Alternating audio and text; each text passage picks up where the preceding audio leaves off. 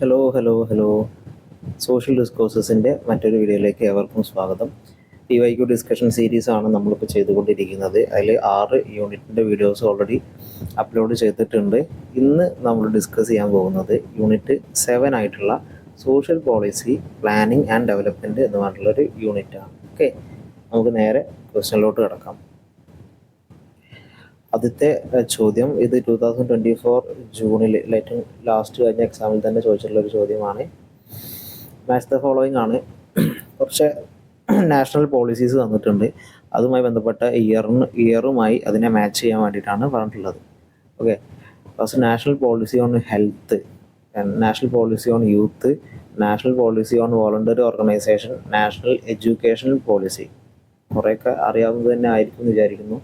National policy on health വന്നിട്ടുള്ളത് 2017 national policy on youth പല വർഷങ്ങളായിട്ട് വന്നിട്ടുണ്ട്. 2014 ഒരു നാഷണൽ യൂത്ത് പോളിസി ഉണ്ട്. ഏറ്റവും ലേറ്റസ്റ്റ് ആയിട്ട് വന്നിട്ടുള്ളത് 2023 then national policy on voluntary organisation 2007. ഇത് പലതവണയായിട്ട് ചോദിച്ചിട്ടുള്ള ഒരു ക്വസ്റ്റ്യൻ ആണ്. ഇടയ്ക്കിടയ്ക്ക് ചോദിക്കാറുണ്ട് വോളണ്ടറി ഓർഗനൈസേഷൻ പോളിസി വന്ന year. National education policy NEP ഏറ്റവും ലേറ്റസ്റ്റ് ആയിട്ട് വന്നിട്ടുള്ളത് എന്നാണ് 2020. ആദ്യത്തെ NEP വന്നിട്ടുള്ളത് 86, 68, 1968. സെക്കൻഡ് NEP വരുന്നത് 86, പിന്നെ വരുന്നത് 2020.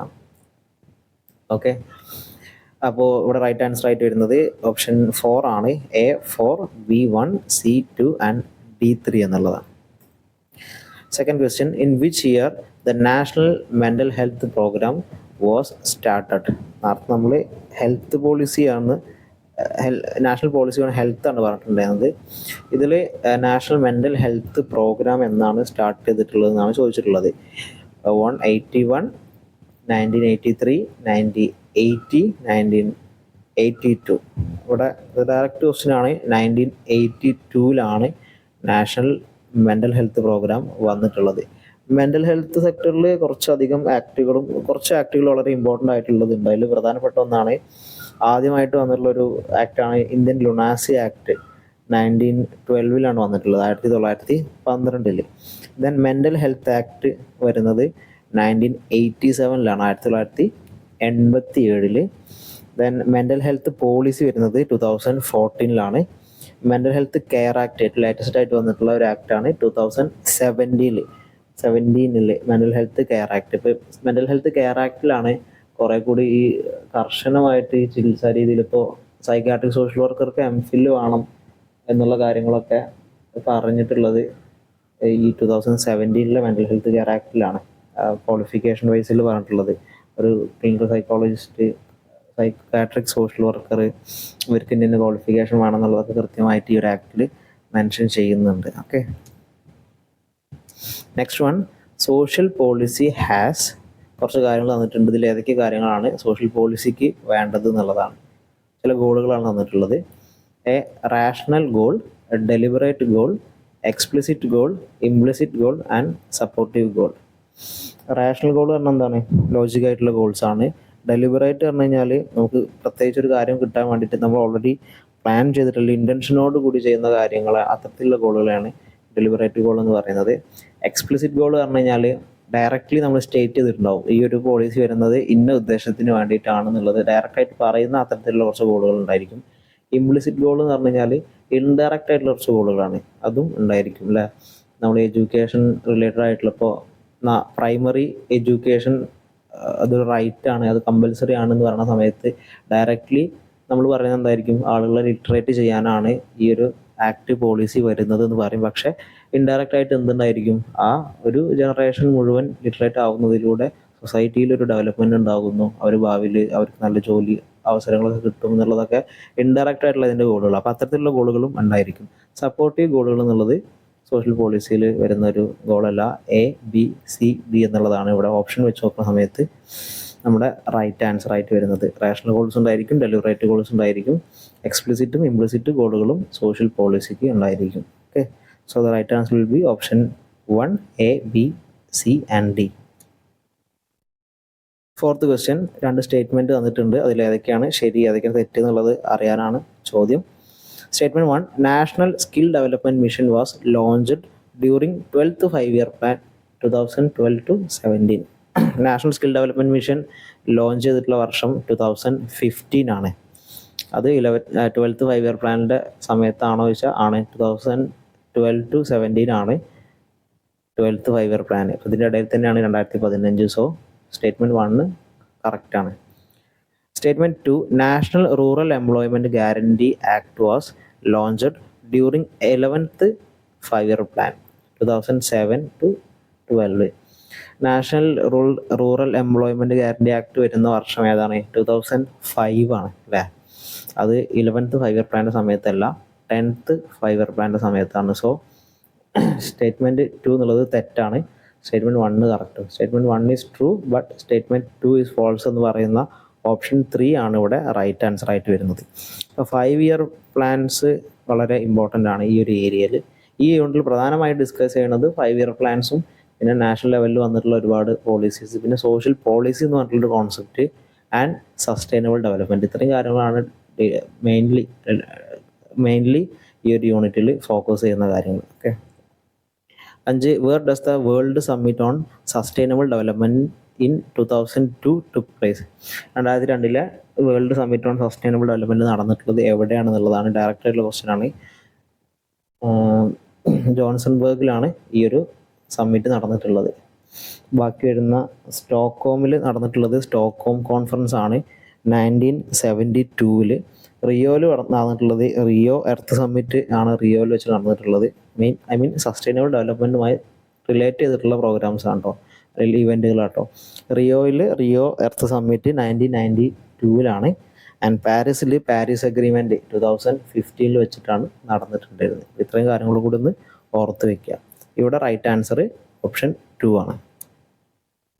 ഇത്തരത്തിൽ സസ്റ്റൈനബിൾ ഡെവലപ്മെൻറ്റുമായി ബന്ധപ്പെട്ടിട്ടുള്ള ഇവൻറ്റുകൾ ഈ ഒരു ഏരിയയിൽ ഇമ്പോർട്ടൻ്റ് ആണ്. അത് നടന്ന വർഷം, സ്ഥലം, അവിടുത്തെ പ്രധാന തീമുകൾ എന്തൊക്കെയാണെന്നുള്ളത് കൂടി നോക്കാൻ പറ്റുകയാണെങ്കിൽ നന്നായിരിക്കും. 6th question, match the following ആണ്. National youth policy, national policy on voluntary sector, national environment policy, national policy for children. National youth policy വന്നിട്ടുള്ളത് നേരത്തെ നമ്മൾ പറഞ്ഞത് 2023 ആണ്. ഇവിടെ 2014 നാഷണൽ യൂത്ത് പോളിസി വന്നിട്ടുണ്ട്. 2014 നാഷണൽ യൂത്ത് പോളിസിയിലാണ് യൂത്ത് എന്ന് പറഞ്ഞു കഴിഞ്ഞാൽ 15 വയസ്സ് മുതൽ 29 വയസ്സ് വരെയുള്ള ഒരു കാറ്റഗറി ഓഫ് പീപ്പിൾസിനെയാണ് നമ്മൾ, ആ ഒരു പോപ്പുലേഷനെയാണ് നമ്മൾ യൂത്ത് എന്ന് പറയുന്ന രീതിയിലാണ് യൂത്തിനെ ഡിഫൈൻ ചെയ്തിട്ടുള്ളത് 2014. ഓക്കെ. യൂത്ത് പോളിസി വന്നിട്ടുള്ളത് 2014. National policy on voluntary sector നമ്മൾ നേരത്തെ പറഞ്ഞിട്ടുണ്ടായിരുന്നു 2007 ആ ഒരു പോളിസി വന്നിട്ടുള്ളത്. നാഷണൽ എൻവയോൺമെൻറ്റ് പോളിസി വന്നിട്ടുള്ളത് 2006. നാഷണൽ പോളിസി ഫോർ ചിൽഡ്രൻ വന്നിട്ടുള്ളത് 2004. So right answer will be option 4, A2, B1 and C4. 7th question, which is not the model of social planning? താഴെ തന്നിരിക്കുന്ന മോഡലുകളിൽ സോഷ്യൽ പ്ലാനിങ്ങിൻ്റെ മോഡൽ അല്ലാത്തത് ഏതാണെന്നുള്ളതാണ് ചോദ്യം. The top down model, the bottom up model, the left right model, the participatory model. ഇതിൽ ചെറിയൊരു logic വെച്ച് നോക്കുന്ന സമയത്ത് തന്നെ നമുക്ക് ലെഫ്റ്റ് റൈറ്റ് മോഡൽ നമ്മൾ എവിടെയും കേൾക്കാൻ സാധ്യതയില്ലാത്തൊരു പേരാണല്ലേ. ടോപ്പ് ഡൗൺ മോഡൽ വെച്ച് കഴിഞ്ഞാൽ ഗവൺമെൻറ് അതോറിറ്റീസും അല്ലെങ്കിൽ ഹയർ ലെവലിലുള്ള ആളുകൾ കുറേ സ്റ്റഡീസൊക്കെ നടത്തുന്നു. അവർ ഒരു പോളിസി ആവശ്യമാണെന്ന് പറയുന്നു, അല്ലെങ്കിൽ ഒരു സോഷ്യൽ പോളിസി ഇറക്കേണ്ട ആവശ്യമുണ്ടെന്ന് പറഞ്ഞിട്ട് അവർ ഇംപ്ലിമെൻ്റ് ചെയ്യുന്ന സോഷ്യൽ പ്ലാനിങ്സ് ആണ് ടോപ്പ് ഡൗൺ മോഡൽ. ഈ ബോട്ടം അപ്പ് മോഡൽ പറഞ്ഞു കഴിഞ്ഞാൽ ഗ്രൗണ്ട് ലെവലിലുള്ള കുറച്ച് വിഷയങ്ങൾ ആളുകളായിട്ട് തന്നെ ഉന്നയിച്ചിട്ടോ അല്ലെങ്കിൽ അത്തരത്തിലുള്ള നീഡുകൾ അവിടെ നിന്ന് പിന്നീട് ആ ഒരു പ്രശ്നം അല്ലെങ്കിൽ ആ ഒരു ഇഷ്യൂ അതൊരു പ്രശ്നമായി മാറി പിന്നെ അത് ഗവൺമെൻറ് ഏറ്റെടുത്ത് അതൊരു പോളിസി ലെവലിൽ ചേഞ്ച് വരികയാണെങ്കിൽ അതിൻ്റെ ബോട്ടം അപ്പ് മോഡൽ നമുക്ക് പറയാം. പാർട്ടിസിപ്പേറ്ററി മോഡലിൽ ആളുകളെ കൂടി പാർട്ടിസിപ്പേറ്റ് ചെയ്തിട്ടുള്ള സോഷ്യൽ പ്ലാനിങ്ങുകളായിരിക്കും ഉണ്ടായിരിക്കുക. ഇവിടെ 3 പറഞ്ഞിട്ടുള്ള ദ ലെഫ്റ്റ് റൈറ്റ് മോഡലാണ് സോഷ്യൽ പ്ലാനിങ്ങിൻ്റെ മോഡൽ അല്ലാത്തത്. Okay. So the right answer will be option 3. 8, the concept of appropriate technology to improve production efficiency and reduce cost was introduced during. appropriate technology എന്ന് പറഞ്ഞിട്ടുള്ള ഒരു concept introduce ചെയ്തിട്ടുള്ള 5-year plan ഏതാണെന്നുള്ളതാണ് ചോദ്യം. ഇത് ചില 5-year plans അല്ലെങ്കിൽ പ്രധാനപ്പെട്ട 5-year പ്ലാൻസും അതിൽ അവർ മെയിൻലി ഫോക്കസ് ചെയ്തിട്ടുള്ള ഏരിയ ഏതാണെന്നുള്ളതും ഇമ്പോർട്ടൻ്റ് ആണെന്നുള്ളതാണ് ഈ ചോദ്യത്തിലൂടെ നമുക്ക് മനസ്സിലാക്കാൻ പറ്റുന്നത്. ഇവിടെ ആൻസർ 7th 5 ഇയർ പ്ലാൻ ആണ്. 7th 5 ഇയർ പ്ലാനിൻ്റെ സമയത്താണ് ഈ ഒരു അപ്രോപ്രിയേറ്റ് ടെക്നോളജി എന്നുള്ള ഒരു കോൺസെപ്റ്റിന് ഊന്നൽ കൊടുക്കുന്നതിൽ അത് ഇൻട്രൊഡ്യൂസ് ചെയ്യുന്നത്. ഇതിൽ ഫസ്റ്റ് 5 ഇയർ പ്ലാനിൽ പ്രധാനമായിട്ട് ഫോക്കസ് ചെയ്യുന്നത് ഓവറോൾ ഡെവലപ്മെൻറ്റ് ഓഫ് അഗ്രികൾച്ചർ ആണ്. സെക്കൻഡ് 5 ഇയർ പ്ലാനിൽ ഇൻഡസ്ട്രിയൽ ഡെവലപ്മെൻ്റ് ആണ് ഫോക്കസ് ചെയ്യുന്നത്. 5th 5 ഇയർ പ്ലാൻ ഫോക്കസ് ചെയ്യുന്നത് ഗരീബി ഹട്ടാവോ, നമ്മൾ ഇന്ദിരാഗാന്ധി ഗവൺമെൻറ് സമയമായിരുന്നു, പോവർട്ടി ഇറാഡിക്കേഷൻ. ആ സമയത്താണ് ICDS പ്രോഗ്രാമൊക്കെ സ്റ്റാർട്ട് ചെയ്യുന്നത്. അപ്പോൾ അത്തരത്തിൽ പ്രധാനപ്പെട്ട ചില 5 ഇയേഴ്സും അവർ അതിൽ ഫോക്കസ് ചെയ്യുന്ന കീ പോയിന്റുകൾ ഏതൊക്കെയാണെന്നുള്ളതും കൂടി ഒന്ന് നോക്കി വയ്ക്കുക. ഇവിടെ ഓപ്ഷൻ 3 ആണ് റൈറ്റ് ആൻസർ.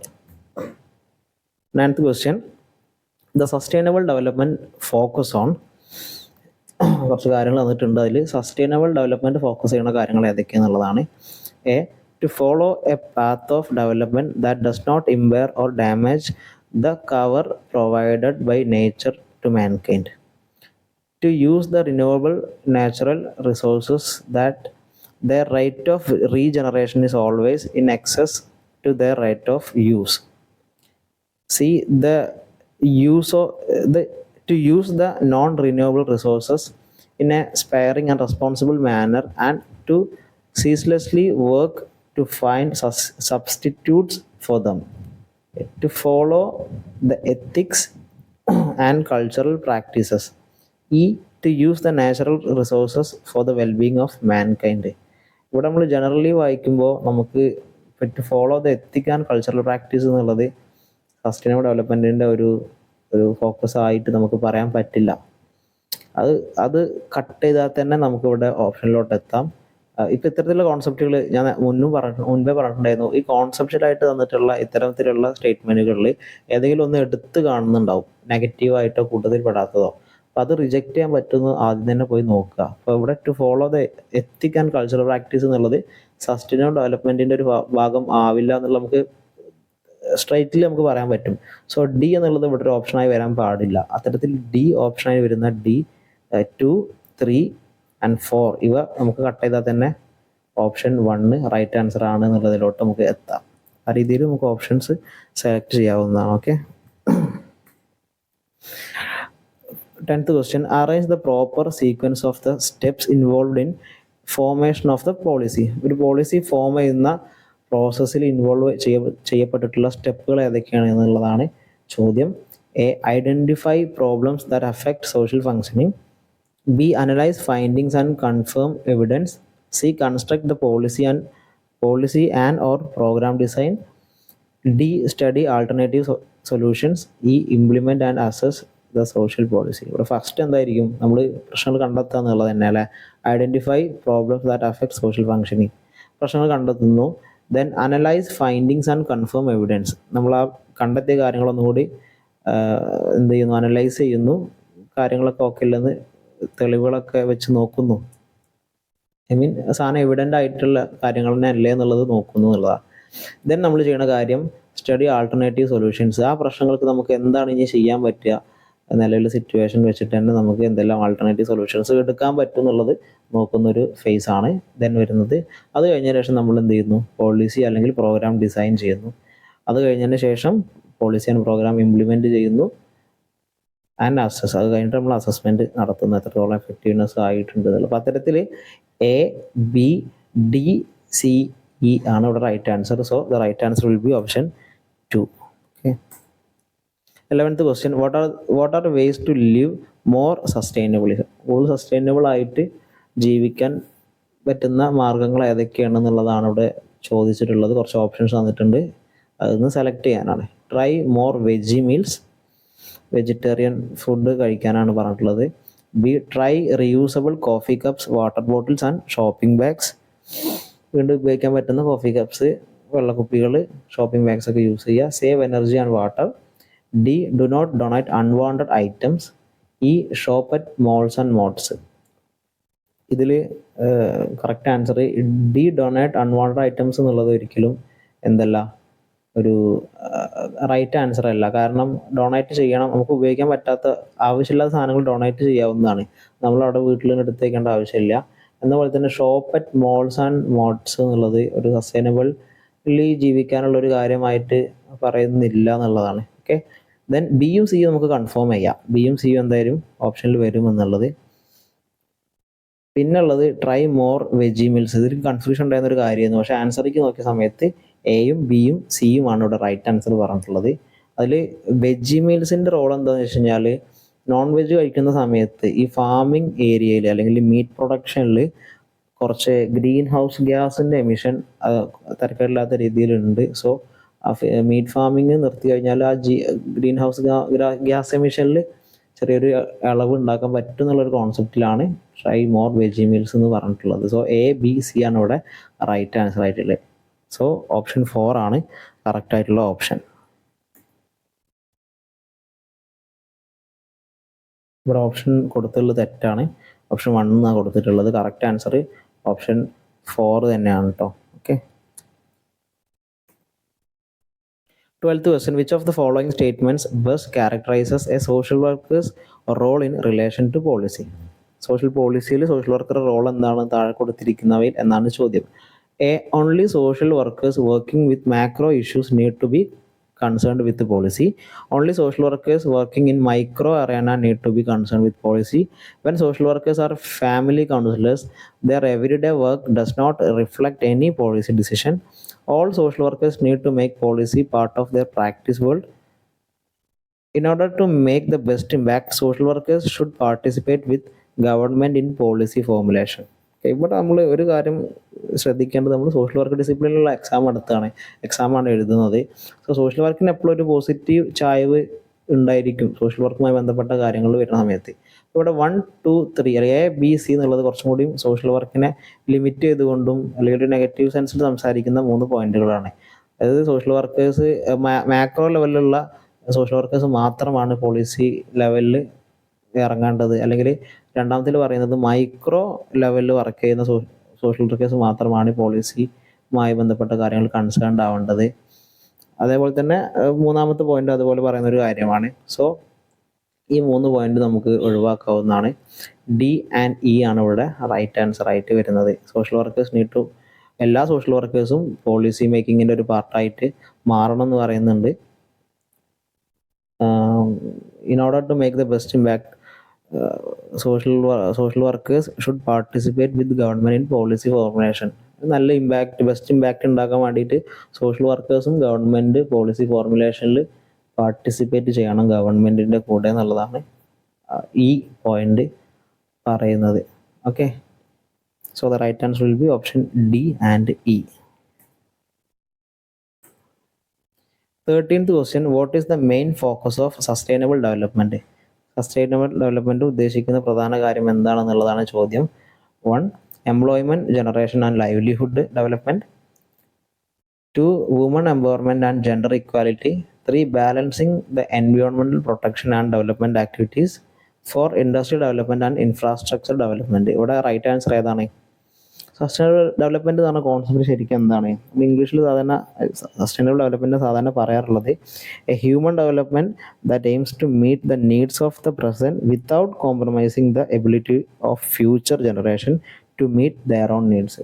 അത് വരാൻ പോകുന്ന ജനറേഷൻ്റെ അവരുടെ ആവശ്യങ്ങൾ ഫുൾഫിൽ ചെയ്യാനുള്ള എബിലിറ്റിയെ കോട്ടം തട്ടാതെ, അതിനെ ബാധിക്കാത്ത തരത്തിൽ നമ്മൾ ഇപ്പോഴത്തെ നമ്മുടെ ആവശ്യങ്ങളെ കൈകാര്യം ചെയ്യുക, അതിന് വേണ്ടിയിട്ടുള്ള ഡെവലപ്മെൻറ്റ് പ്രോഗ്രാമുകൾ ചെയ്യുക എന്നുള്ളതാണ്. അത്തരത്തിലൂടെ അർത്ഥം വരുന്ന ഏതാണ്? Balancing the environment protection and development activities എന്നുള്ളതാണ്. കുറച്ചുകൂടി ബാലൻസ് ചെയ്തിട്ട് നമ്മൾ ഡെവലപ്മെന്റ് ചെയ്യുക എന്നുള്ളതാണ്. നമ്മൾ മുഴുവനായിട്ട് കാര്യങ്ങളൊക്കെ യൂസ് ചെയ്ത് ഇവിടുത്തെ പ്രകൃതി വിഭവങ്ങളും ഈ ഭയങ്കര അടിപൊളിയായിട്ടുള്ള ഈ ഭൂമിയൊക്കെ ഭയങ്കരമായിട്ട് ഓവറായിട്ട് യൂസ് ചെയ്തിട്ട് അടുത്തൊരു ജനറേഷൻ വരുന്ന സമയത്ത് അവർക്ക് ഇവിടുന്ന് ഒന്നും കിട്ടാത്തൊരവസ്ഥ ഉണ്ടാവരുത് എന്നുള്ളതാണ് ബേസിക്കലി അവിടെ ഉദ്ദേശിക്കുന്നത്. Okay, so the right answer will be option 3 ആണ് ഇവിടുത്തെ correct answer. Okay, 14th, for any practice to be sustainable it should. Sustainable ആയിരിക്കാൻ എന്ത് കാര്യം ചെയ്യുമ്പോഴും അത് സസ്റ്റൈനബിൾ ആവാൻ താഴെ പറഞ്ഞിരിക്കുന്ന എന്തൊക്കെ കാര്യങ്ങളാണ് വേണ്ടത് എന്നുള്ളതാണ്. Have least impact on the environment, also be profitable and practical for self survival, generate the result which cannot be quantified, B A socially acceptable method or practice എന്നുള്ളതാണ്. ഇവിടെ generate the result which cannot be quantified എന്നുള്ളത് അവിടെ ഒരു പ്രത്യേകിച്ച് കണക്ഷനുള്ള ഒരു statement അല്ല. ബാക്കി പറയുന്ന എയും ബിയും സിയും ഇവിടെ റൈറ്റ് ആൻസർ ആണ്. എൻവയോൺമെൻറ്റിൽ കുറഞ്ഞ ഇമ്പാക്റ്റുകൾ മാത്രം ഉണ്ടാക്കുന്നുള്ളത്. അതുപോലെ പ്രാക്ടിക്കൽ സർവൈവലിന് ആവശ്യമായിട്ടുള്ള കാര്യങ്ങൾ ആൻഡ് സോഷ്യൽ അക്സെപ്റ്റബിൾ ആയിട്ടുള്ള മെത്തേഡ്സ് ആൻഡ് പ്രാക്ടീസ് എന്നുള്ളത് എ ബി സി എന്നുള്ളതാണ് ഇവിടെ റൈറ്റ് ആൻസർ ആയിട്ട് വരുന്നത്. സോറി, എ ബി ഡി ആണ് ഇവിടെ റൈറ്റ് ആൻസർ ആയിട്ട് വരുന്നത്. സി ആണ് നമ്മൾ നേരത്തെ ഇവിടുത്തെ ഒരു കാര്യം അല്ല, അല്ലെങ്കിൽ സസ്റ്റൈനബിൾ പ്രാക്ടീസുമായി ബന്ധപ്പെട്ടുള്ള ഒരു കാര്യം അല്ലാത്തത് സി ആണ്. Okay, so the right answer will be A B D. Okay,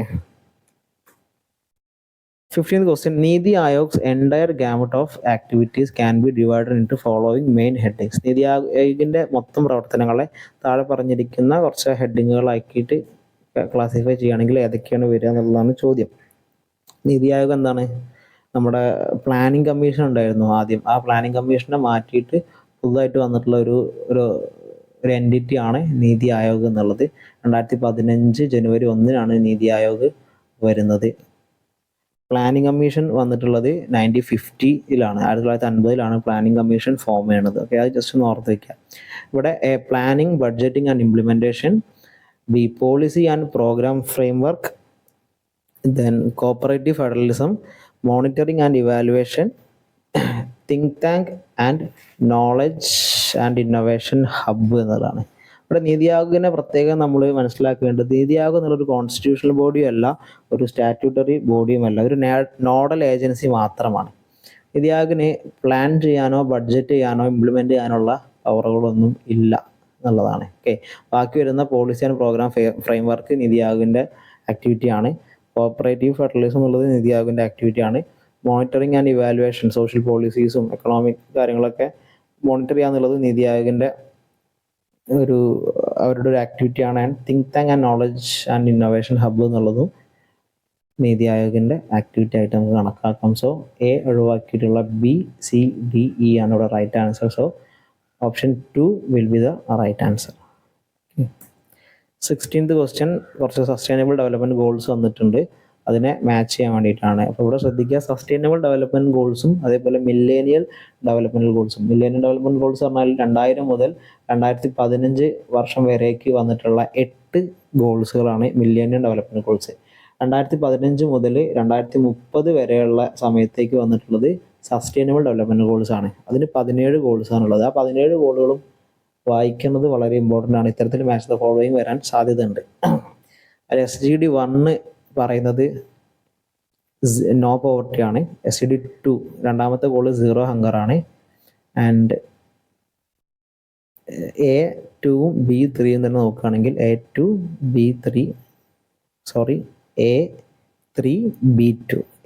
B2 വരുന്ന 4th ഓപ്ഷൻ ആയിരിക്കും ഇവിടെ right answer. And C4 clean sustainable development. 6 പറയുന്നത് clean water and sanitation. And 8 പറയുന്നത് decent work and economic growth. അപ്പോൾ അത്തരത്തിൽ 5 at least ഒരു 5 by ഹാർട്ടാക്കി വെക്കാൻ നോക്കണം.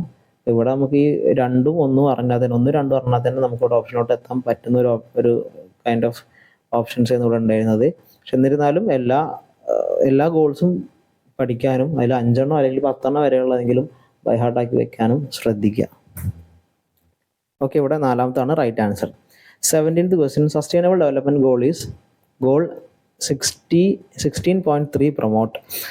16.3 സസ്റ്റൈനബിൾ ഗോൾസ് പറയുന്ന സസ്റ്റൈനബിൾ ഗോൾ മെയിൻലി ഫോക്കസ് ചെയ്യുന്ന ഏരിയ ഏതാണെന്നുള്ളതാണ് ചോദ്യം. Health and wellbeing, rule of law and ensure access to justice, economic growth and environment protection, responsible consumption and production എന്നുള്ളതാണ്. ഇവിടെ റൈറ്റ് ആൻസർ ആയിട്ട് വരുന്നത് ഓപ്ഷൻ 2 ആണ്. Peace and justice strong institution എന്നുള്ളതാണ് SDG 16 പറയുന്നത്. 16.3 എന്നൊക്കെ ഉള്ളത് വെറുതെ നമ്മളെ പറ്റിക്കാൻ വേണ്ടി പറഞ്ഞതാണ്. 16 എന്ന് പറഞ്ഞാൽ അതിൽ സസ്റ്റൈനബിൾ ഡെവലപ്മെൻറ്റ് ഗോൾ 16 പറയുന്നത് piece and justice strong institution എന്നുള്ളതാണ്. അപ്പോൾ ഇവിടെ ജസ്റ്റിസുമായി ബന്ധപ്പെട്ടിട്ടുള്ള ഒരേ ഒരു ഓപ്ഷൻ 2 ആണ്. So the right answer will be option 2. 18th question, goal 5 of the sustainable development goal is focused upon.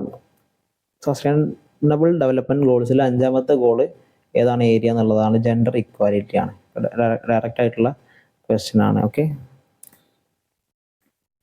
Then arrange the following indexes on the basis of their year of initiation.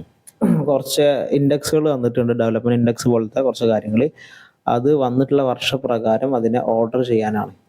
ഒന്ന് human poverty index, gender development index, human development index, physical quality of life index.